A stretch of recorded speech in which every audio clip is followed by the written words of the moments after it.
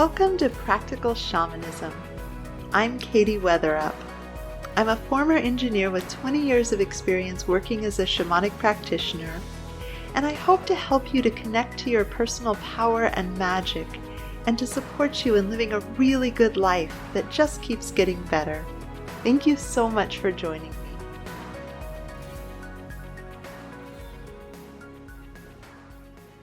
One of the most difficult, painful, and generally tumultuous things I have dealt with in my life is being in that place where I was in a relationship with someone. I was really committed to it. I loved them deeply, and it wasn't working. It was making me really unhappy. There was a lot of complexity, and that period of time where the relationship had come out of sustainability and I was trying to wrap my head around, is there something I could do differently? Are my issues getting in the way? Is there something I could ask for from them? Am I being overly reactive and am I being reasonable? Is there a way I could be more creative and get back to sustainability? And I want to talk about that because they're often in these connections that we have with other people. I'm going to talk mostly about romantic relationships, but this could apply to anything where feelings run really deep and you're on the fence. So this could be someone who's been a really beloved friend for many, many years, lots of history, and you're like, wow, they're just working my last nerve. I think we need to have some conversations, and I'm not even sure I want to spend time with them anymore. Or it could be a professional relationship that isn't working. In essence, this is a conflict that comes up when there are parts of you that really, really, really want to sustain the connection, really are invested in sustaining a connection, and other parts of you for which the connection authentically isn't working. It's just not going well, and you're triggered and you're unhappy and you're reactive, and it's not having ease or grace or flow. And what do you do when you're in that space? And so I want to offer a map for some considerations that I think are really helpful for ideally navigating this time as efficiently as possible. Because some of my most angsty, unpleasant times, and I recognize the incredible privilege in this, but some of the times they've just had the most emotional and psychological suffering have been when I've been deeply conflicted about staying or going in a given relationship with someone who I cared about a lot, and the time of going back and forth and running around in my mind and trying not to have the emotional reactions I was having and everything in between is tough. And I think that there's some of that, like for sure, I think it's wise to have a review period when you're thinking about something not working, to sit with it, to be with it, to consider it. And if you don't do that, sometimes we end up with these real pendulum swings where we just have something that explodes and we go out the door because we've been ignoring something that wanted to be heard about what wasn't okay with us. And then the pressure just builds up till the point that there's an explosion, and then there's a messy nature to that. It's okay. Sometimes it's how relationships end. It's the nature of relating to humans. But I think there's a lot more grace when we can get present with ourselves with these questions and sort of lay everything out on the table so we can sort through them, but at the same time not be trapped in a perpetual introspective cycle, because being in the really conflicted takes a lot of energy. I find that it's a lot of mental overhead when I'm trying to get closure. And if you're somebody who's more comfortable with options open, your personality type doesn't tend toward wanting closure, this may not create the level of angst. I think there's a grace if you're like, well, there's some problems in the relationship, but we'll just see what happens. Either it'll smooth out or it'll get worse. And meantime, I'm going to do my life and see what happens. Like, that's a very elegant way to deal with certain things, but I'm not particularly good at that. So I have to kind of coach myself toward that when it's necessary. But for a lot of us, getting to clarity when some significant issues have arisen is a really important piece of the process. And in this, I'm going to be talking a little bit more toward women. I think this can apply toward men with a lot of what I say, but the rumination and going back and forth and pros and cons lists and what are his childhood issues or her childhood issues or their childhood issues in the mind of a woman often comes up more because women, generally speaking, have diffuse awareness. And so that means that we can be driving a car or doing the dishes or catching up on email and then have our mind bouncing back and forth between a problem that we're trying to work out. And the more emotionally charged the problem, the more our thoughts are going to be magnetized to that, to the absence of the non-emotionally charged things that we really need to do. So this can get in the way of being able to concentrate at work, for example. So this can become very impactful. I'm not saying this doesn't happen for men, but men being single focused, it's more opportunity with the way that your brain functions to just be working. And then perhaps when something comes up that's a problem, that's what has your undivided attention. Again, I'm not saying there can't be a lot of suffering and challenge and that this won't be relevant to men who are on the fence, but there are going to be some things that are more specifically relevant to women because of, the fact that our brains tend to be wired a little differently. Again, I've known people in female bodies whose minds worked very much like what I'm describing about men's minds. So gender can be really, really fluid. But in general, there's some themes that may be more relevant if you are in a female body. And in addition to my own experience, the people who call me up because they're really in struggle with making a major relationship decision, which incidentally I think is a great thing to do. I think it's wonderful to get some outside counsel with someone who can just be totally on your side. But it tends to be more frequently women than men who want some help sorting that. So drawing from my personal experience and my professional experience, there is for sure a gender nature to what I'm working with. And while I've worked with women in relationships with other women, I have more women who've been in relationships with men. So just disclosing where my background comes from on this. And the other piece of it is that the people who are likely listening to this podcast share with me and most of my clients an aspect of engagement with the unseen world. And so when you're making these decisions, your awareness of the person's soul beauty and the nature of the soul connection is going to factor in a really significant way. So what are the energetics between the two of you? What is the felt sense of your souls together? And one of the most excruciating kinds of things is when somebody is a soulmate but not a life partner, or the phrase twin flame sometimes gets used to describe it, and it's very hard and confusing when that person is toxic or just not a good match. It can be either, the effect can be very similar, and yet there's this profound soul connection, and navigating that can be really difficult and confusing.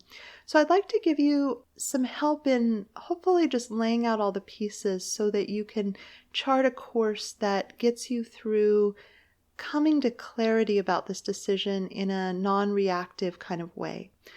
So for me, one of my rules for myself is if I'm super triggered with someone, that's not a time to end the relationship. That's a time to hopefully go off with myself. Brene Brown puts it more succinctly with don't text, don't talk, don't type when you're super triggered. And I think that, as gracefully as possible, excusing yourself from a heated interaction. If you've gotten to a heated interaction, it's really good to reassure the person that you will come back and discuss it later, even if you're wanting to not be so mature, because a lot of potent abandonment issues can come up. And I think when we've gotten invested enough in a dynamic that things are going to volume, we're not in our adult, executive, skillful brain. And so minimizing the harm and stepping away is good. Full disclosure, part of why I did a lot of therapy in my 20s was I would know that it was the right thing to step away, and I just couldn't make myself do it. So I would stay up way too late squabbling with my partner about really, really silly stuff. And over the years, I've put a lot of work into skillful relating. And so I don't remember the last time that I thought volume was a good idea to try to be heard by someone who I didn't feel was hearing me, unless I was, calling across distance.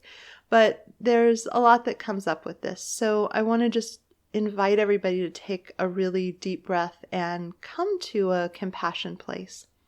And one of the things that can be really helpful in getting a neutral person who can just really be on your side is that one of the challenges we have when we're trying to sort through this is often there's a lot of processing. Often there's a need to maybe vent about what you don't like that the person did.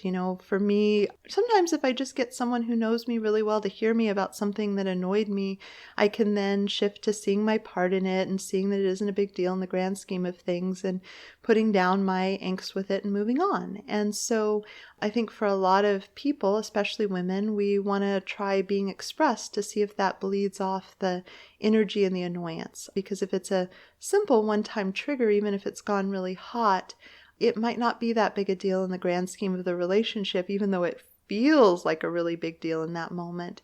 And one of the things that makes this all complicated is we often find where we have emotional debt with our partners. And by that I mean if we have something that we haven't processed from the past. So if there was a lot of anger in your childhood and you weren't allowed to express it, you were punished for expressing anger, you might not have expressed it, but then when your partner maybe tries to have a non-skillful way of blocking your anger or shutting it down, you might have an absolutely livid reaction that's disproportional to their little bit of clumsiness or lack of grace in the moment. And so part of this process as we work through, we really want to be looking toward, am I having a disproportional reaction to whatever's happening? And again, a good facilitator who can give you feedback, whether that's someone like me doing shamanic work or a therapist, is really, really helpful. Friends are a little harder because they have their own baggage, and you may be someone who's cultivated really good relationships with people who have really good boundaries. They can just hold space for you. They can tell you when they've had enough and they're done. They can be really neutral. They can hold space for the part of you that wants to go and the part of you that wants to stay. And that's beautiful. But oftentimes people who love us, if we're coming to them and we're saying, I'm so hurt and angry and frustrated, they may end up ultimately liking the person that we're involved with a good deal less. They can be angry on our behalf, and they ultimately sometimes can be really annoyed with us if we're going to them when we're mad and saying, they're horrible, I'm going to leave them, and then we don't leave them. There's a part of that, we're trying on the possibility of stepping away. And if someone is triggered about how you're being treated, like it's hard to witness someone choosing to be treated in a way that wouldn't work for us. And so in holding this, it can put a little bit of a burden on your friends, and they can begin to have a vested interest in, why don't you just leave him or her already? Because they don't have the love and the connection that you do with the person that you're involved with. If it was as simple as whatever you didn't like about them, you probably already would have left. And so in terms of that, there can be tension that gets created with friends, and then, it can become unsafe to express everything that you might want to express. So we can end up censoring ourselves, and then we don't necessarily have the places to work through what we're feeling with our social circle if we've overused them, or if we have people who go pretty much to the, I'm on your side and they're a jerk and, you should leave them and that kind of thing. So that's just something to be aware of. How do you get your need to express and explore met in a really constructive way where someone's not going to amplify the drama or fan the flames or be upset with you if you get triggered and say you're going to leave the person and then don't leave the next day. So space holding, really, really important. Another piece of this that I think factors in that can be really problematic and hard, and is something that you may not be able to really walk through well until you've had more experience, is when there's a profound soul connection with someone who's a bad match. So maybe there's someone who has a drug addiction or an alcohol problem, or maybe there's someone where you really need monogamy to be safe and they're just not monogamous, or they live in another place and they're really committed to being there and you're really committed to being where you are, or you want children and they don't, or vice versa. There are these really legitimate reasons that love doesn't conquer all. And if I were in charge of Hollywood, we would stop the romantic comedy mythology that love overcomes everything, because I think that those intense, passionate, romantic stories are the only reference we necessarily have when those intensity of feelings show up for an energetically sensitive, soul-connected person who meets someone with whom you have a profound soul connection, with whom you've shared and loved in a past life, and there's that richness. And one part of it is soul history, so that factors into it. Another part is soul harmony. So that's like two notes on the piano that harmonize really well. Back in the day, I was in a Celtic folk band, and I still believe one of the most exquisite sounds on the planet is tight vocal harmony when you have really, really skillful voices singing together. It's just an exquisite sound. And I was sometimes the one messing that up because, I was a solidly mediocre singer with a lot of really hard work. But ultimately, when it came together, it's just exquisite, really, really beautiful. And likewise, there's just souls happening to harmonize with their vibration or their light that can make something really exquisite happen that only occurs when the two of you are together. And that's a really great thing to spot, because if you're seeking soul note harmony, then with friends and lovers and coworkers and things like that, there's going to be a leaning in, all things being equal, that's really delightful. So those things are really great things to pay attention to. But the trouble is that there can be such an exquisite, beloved nature to that feeling for someone who is deeply connected to their soul and their essence, a love for it. That means when you're weighing out all the things you love and don't like about someone, you weight it unsustainably heavily in terms of a pro. And I've worked with people for whom the soul connection was so potent to them that they were putting up with domestic violence and reluctant to leave because of the soul connection, or someone who stole from them or cheated on them or lied to them, broke agreements, did things that just weren't healthy, were never going to result in a sustainable relationship.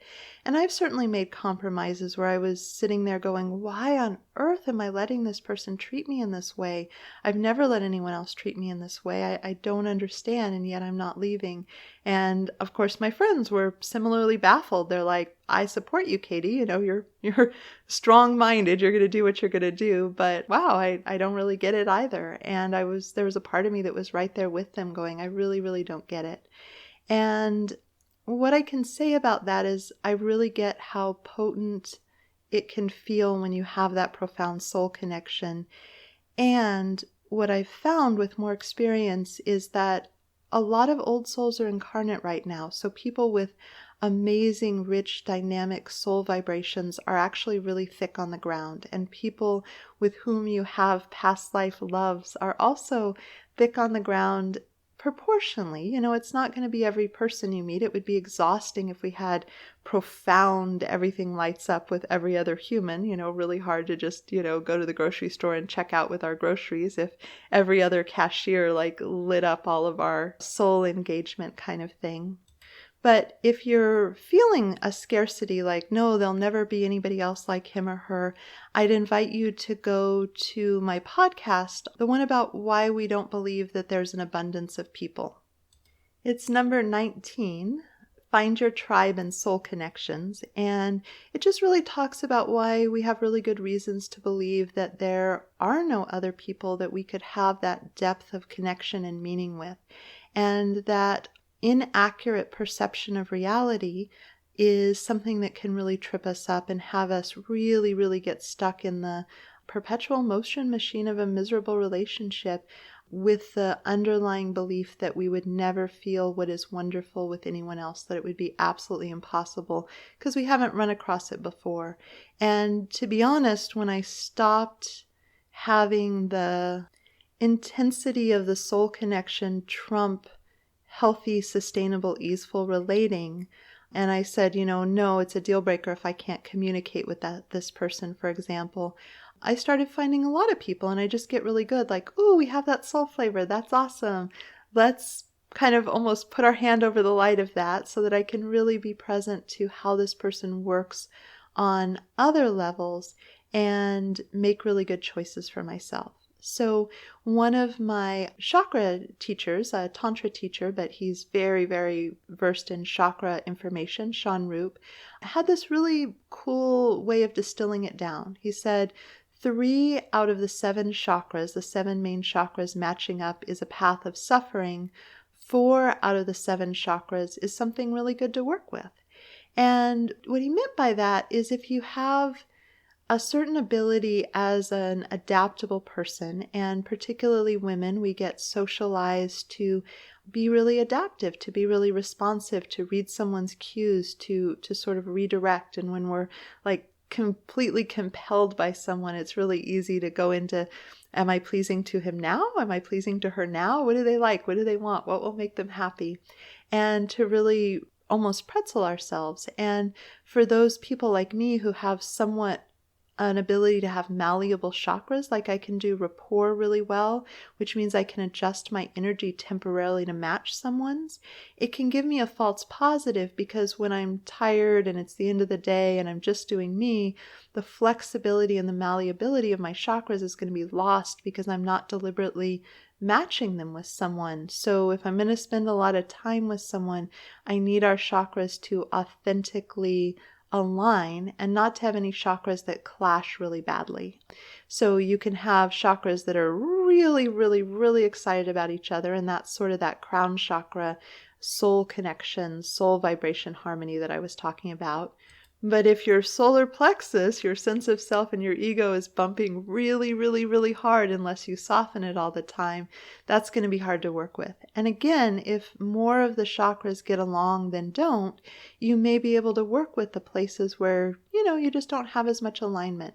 And incidentally, this applies kind of across the board. You're going to have a lot more ease and success with relating to any human being if 4 out of the 7 chakras can get along. And there's going to have to be a lot of skill and bridging and effort that goes into relating to somebody who there isn't that kind of natural alignment.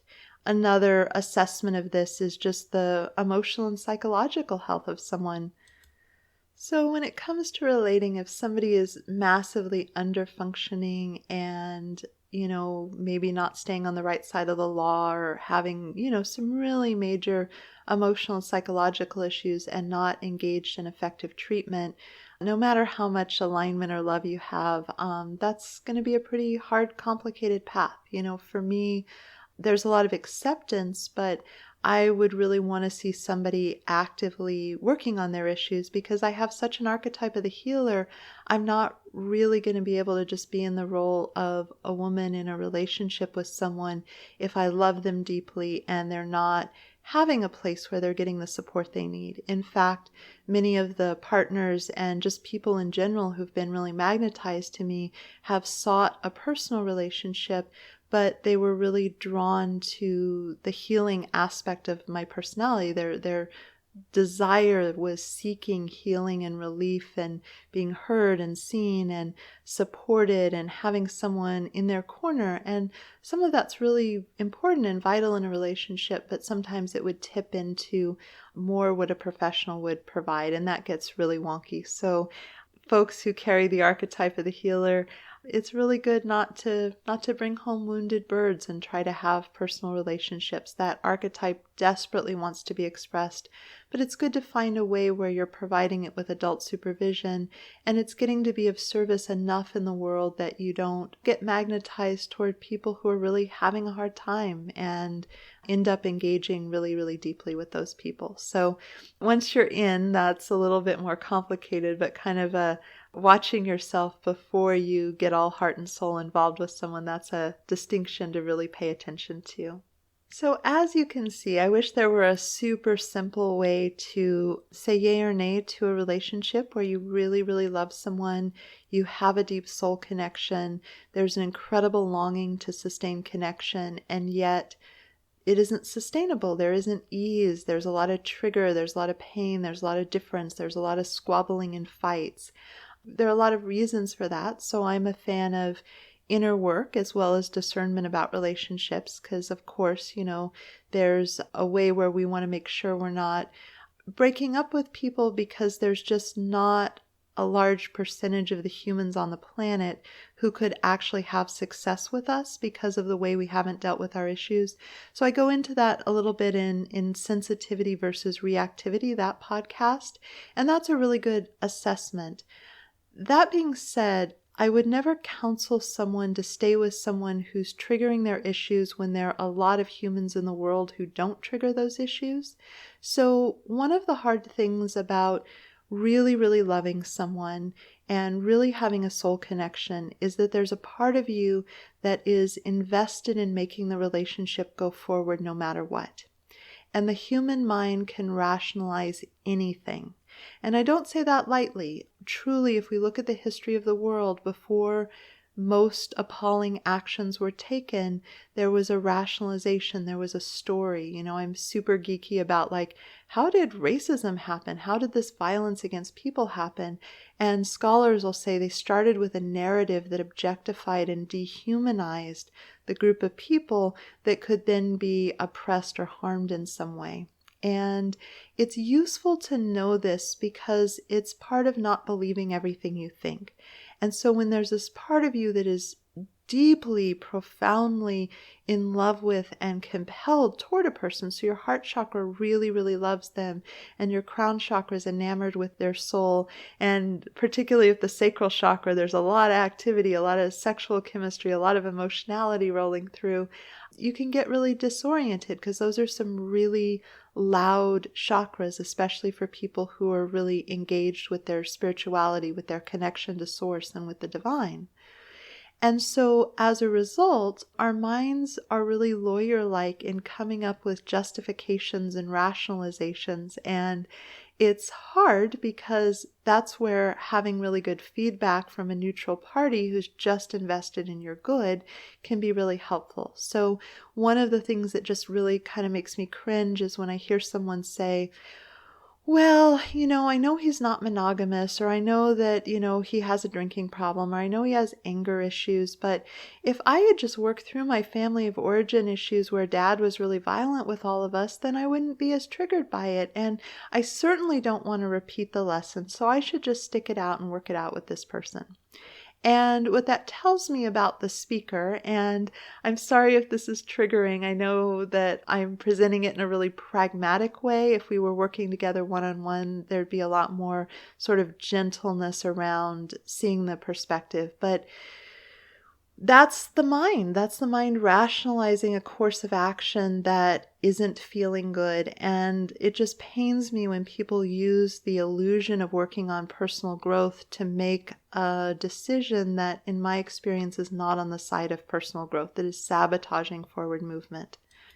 And let me say before I go on that it's totally valid if the truth of it is, I know this is causing a lot of suffering. I know this isn't healthy. I know this is making me miserable, and I'm just still in it. I'm not ready to go until I'm ready to go. That could be true of an addiction. Yeah, I get that drinking isn't good for me, and it is just not within me to put it down at this moment. I'm still really, really hooked on the thing. I don't know what my journey is off of it. I'd love to have a journey away from whatever it is, but the truth of it is I'm just not ready to go out the door. And that's so valid. I really, really honor if your deep core truth is, I'm still just really too hooked in. I'm not ready to leave. I'm not able to leave. I tried leaving 3 times and we got back together. I'm still really figuring out what this looks like for me. And incidentally, in a future podcast, I'm totally going to give you my map for if you've really decided to leave and you still have those parts that are just so not on the side of leaving and fighting tooth and nail. And you're like, I really want to stop thinking about my ex. I really want to stop going back. I want to stop texting in the night. I want to stop checking their Facebook page. I want to stop thinking about them all the time. I want to start wondering if I made a mistake. I want to stop missing them. I have a protocol for that. I know how to get you from the place of being really, really engaged and to being free of it. I'm not going to talk about it in this podcast because I would end up talking for 2 hours. So I'll separate that out. But just know that if you're in that place, it's okay to fully own, I'm just not ready yet. I don't know why. I don't know what would get me there. Yes, this is causing a lot of pain. I don't think it's healthy for me. And this is what I'm doing right now. And This can be hard for other people to accept because we have a lot of judgment about, I know what I should be doing and then I'm doing this thing. But most of us can find that, whether it's the exercise that we miss or the chocolate that we eat or the staying up too late or whatever it might be, where we as humans constantly make choices that are not on the side of our health. And ideally, we stay at a level of sustainability. There's okay, I probably shouldn't have that piece of chocolate cake, but my immune system isn't really struggling right now. I've gotten good sleep. I'm not particularly stressed out. Yeah, my body can handle it and stay at threshold. That's cool. And that's a really good place to check in with yourself about a relationship that's being unsuccessful. All right, I'm working some stuff out, but am I still able to sleep properly and show up at work and be kind to my children if I have them and get my car in for a smog and pay my DMV registration? Is my life working? Is my health working? Is this still, am I still at threshold? Am I still at sustainability, even though I'm using a lot of my emotional and psychological bandwidth to process through my journey with this? Is my life fundamentally okay? That would be a question I would ask someone with any kind of addictive tendencies. So if somebody had a drinking issue, if it was crashing their health and driving the train off the cliff in the short term, there's a whole lot more focus that probably should go on wrangling that come hell or high water than if you're like, the 3 glasses of wine I have more nights than not, along with a really healthy lifestyle, isn't ideal. I do want to address it, but it's not an emergency kind of situation. And that's a really good thing to assess when you're deciding how to move with this. But coming back to that, mind can rationalize anything. It would help you out a lot not to tell yourself the story that you're doing something good for yourself when it's really not that good for yourself. So you can be really clear, like, wow, the sex is really great, or I'm really compelled, or this person makes me feel amazing when it's good and really sucky when it's bad, and I keep wanting the amazing. Like, just be honest with the pros and cons, because sometimes you hear somebody who is telling you with considerable smugness all their advice for sustaining a long-term relationship one week, and then they split with the person, and the next week they're going through how awful the person is up one side and down the other. And that's actually really normal, because when we're trying to sustain a dynamic, if we really look at what's not working, we might have to deal with our anger and our unhappiness. And so we're sort of shoring up the narrative that this is a good thing. And then when it ends, we don't have a vested interest in telling ourselves that this was okay and that wasn't. So a lot of times there is a lot of emotional debt that rises to the surface and all the anger comes out. But it's a good illustration of how somebody 1 week in a relationship that they think is going to hold together is valiantly telling the story of how great it is and how successful they are, and then subsequently is very, very, very angry at this person, and all that's changed is the relationship status. So it's just a good thing to recognize so that we start to be able to call BS on the parts of our brain that are rationalizing things, that are lying to us. And again, feedback from other people is really helpful, because I think the sorting of this is going to be wildly more successful if you aren't telling yourselves like, oh, this is a good way to work with my issues. And what I want to say to that is, people are resilient. Humans are resilient. We can survive terrible, terrible circumstances and still get on with our lives. And I love our resilience, but I encourage people not to set up a life where you have to be more resilient and keep going no matter what than you have to be. And I don't think it's good for our longevity and our nervous system to be in a lot of struggle and suffering and challenge. And so I like the analogy of saying, like, plumeria will grow in San Diego, but it thrives better in Hawaii because Hawaii is a better environment for it. And you have to go to really, really heroic lengths like greenhouses and lots of tending if you want plumeria to survive in Wisconsin. You can't just stick it in the ground and have it grow. And I would argue that for humans, having the right circumstances, people who are kind to us, feeling loved and seen and heard, having work that agrees with us, having bodies that are healthy. It's just better for us. Sure, we can survive on lots and lots and lots of fried food for a while, but our longevity is going to be better if we mix it up with salads. There are ways that if we give our body the right nutrition, it functions better. If we give our hearts and our minds and our souls the right nutrition in relationships, we're going to thrive a lot more. And having worked through triggers in and out of relationships, I've had a lot more success working on those triggers, which I'm super committed to. I'm very, very interested in not being in reaction in my adult life to things that happened in my childhood. However, I get a lot more leverage if someone isn't hammering on a pain point. And so there's always going to be a little sensitivity to not feeling heard. And if I am in a dynamic where I don't have confidence that when the emotional water's level and we have a chance to talk it out, if something's really important to me, I will be able to come back around and be heard. That's probably not going to be really sustainable. The amount of what I have to do with myself to hold space for myself. I'm totally in and not being heard every minute when I want to be heard, because adults have their own lives. They're busy. They could be at work. They could have their own emotional stuff. That's just the deal. But long term, overall, most of the time, I need that to be reliable. And having had profound loves and profound soul connections with people who really shut down my expression, because being direct and authentic about what I was feeling, even with all the skillful, compassionate communication and everything else, wasn't something they were available for. And I just had that realization in one particular relationship where everyone in my life, except for this one person, was really hearing me and slowing it down and noticing the passive-aggressive moves he made to derail me when I was trying to very gently and authentically speak my truth. And where other people were really receiving that and wanting to hear that, he was shutting it down.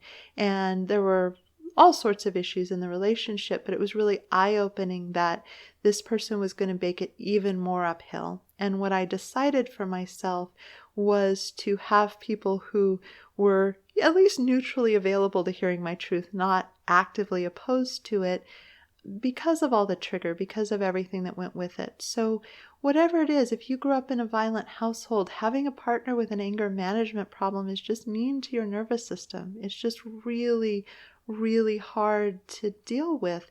And I would want you to be with people who had a healthy relationship to their anger. So these are some of the things to work with. So it's okay if you're there and you're not ready to leave and it's not time and you just are like, I know it's not good for me. I know it's complicated. I don't know if it's going to work out or not, but I'm not ready to leave.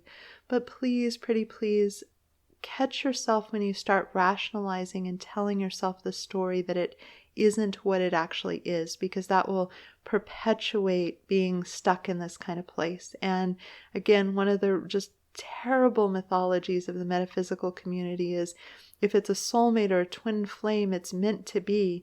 And that's often informing you about past life history. It was. Not it's meant to be, it was. That's the information. But it doesn't come with time. It just comes with a feeling that we aren't trained to recognize if we haven't done a lot of shamanic work and a lot of training, which most of us haven't. Lots of people with high levels of intuition, connection, and energetic sensitivity who haven't been trained in how to use those abilities accurately. So they don't have the full manual. It's like trying to repair a refrigerator with only the first chapter of, the inner workings, like 20% of the diagrams. It's nice to have those, but it's not the full picture. So the mythology of if I love them enough, it's meant to be. If there's a soul connection, it's meant to be. Or, well, it's a good way for me to work on these issues because I have a chronic pattern of doing the thing. Like we would say someone who was drinking alcohol was saying, well, I've always been addicted to some kind of drug. And so I just think I really need to keep drinking alcohol and eventually I'll work out my, relationship to alcohol. It sounds a little dubious, sounds kind of like a rationalization from the outside, but for some reason there's a lot of popularity. I feel like there are these ways that humans almost get together to rationalize the same unhealthy behavior. So if you talk to people who were rationalizing drinking more than was good for them, they'd have a lot of the same arguments. If you're talking to men who are going on OkCupid or a dating site with deliberate intent to cheat on their partner with whom they do not have an open relationship, they have a real similar list of rationalizations. Like it's almost textbook. I'm like, do you guys like have a website? Did you like get together and like agree that this is the way that women who normally wouldn't be into helping someone cheat on someone would be down with it? Because it's pretty classic. And that's one of the, I know someone's rationalizing something if that's the thing that they pull up. So I would invite you to maybe sit down with a Byron Katie worksheet and write out that statement and question it for yourself. Because I can tell you all day long that in my experience, when you get healthy, you just stop engaging with people who do the kind of harm that your family of origin did to you. Like that's been my experience, is when you actually get healthy and you work it out, you just stop. You're just done wherever you were in the process. It's not that you get to the point where you live with it. You just choose for yourself not to live with it. And again, we're not talking about little tiny pet peeves of people talking over each other, maybe at the dinner table occasionally. We're talking about, the bigger stuff. So everything in context, but investigate it for yourself. Sit down with the Byron Katie worksheet. You can download it for free online. Write down the work and question those rationalizations so that if you're not having a facilitated inquiry with someone else who can do that work on your behalf, you start to be able to spot when your mind is rationalizing things, because that's a really important part of all the muddled information, all the chakras voting in different ways. Some chakras screaming, no, this isn't okay. Other chakras saying, no, I want to stay. Your heart disagreeing with your mind. There's so much loudness. And we want to, at the very, very, very least, not use our mind to rationalize things so that our mind stops being able to be useful as an ally in navigating our way out of this. So I've gone on for a while. I'm going to shift into part 2 for the next podcast because there's a lot here. This isn't a simple, easy choice for many people, and it deserves the time and attention, but it's good to have good maps. It's like if you're going on a really long, complicated hike with lots of trails branching off, you would take a complex and good map and use a variety of tools, and that's what I would offer as necessary. This isn't a simple meme-based kind of decision, much as people would like it to be for everybody else because of their own frustration with their own complexity around the issue.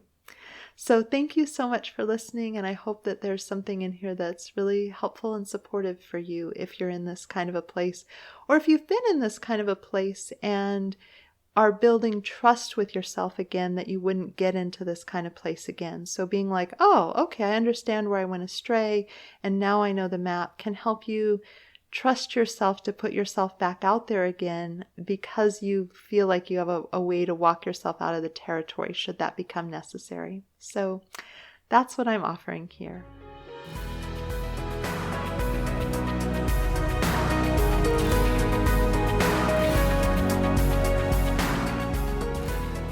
Thank you so much for joining me. To learn more about me and my work, please visit my website at handsoverheart.com. There you can join my mailing list for access to free bonus content in the members-only area. If you've enjoyed this, please consider subscribing and leaving a review. It would help me out a lot. Also, a special thank you to my patrons for your support. You offer me the time freedom to work on passion projects like this one.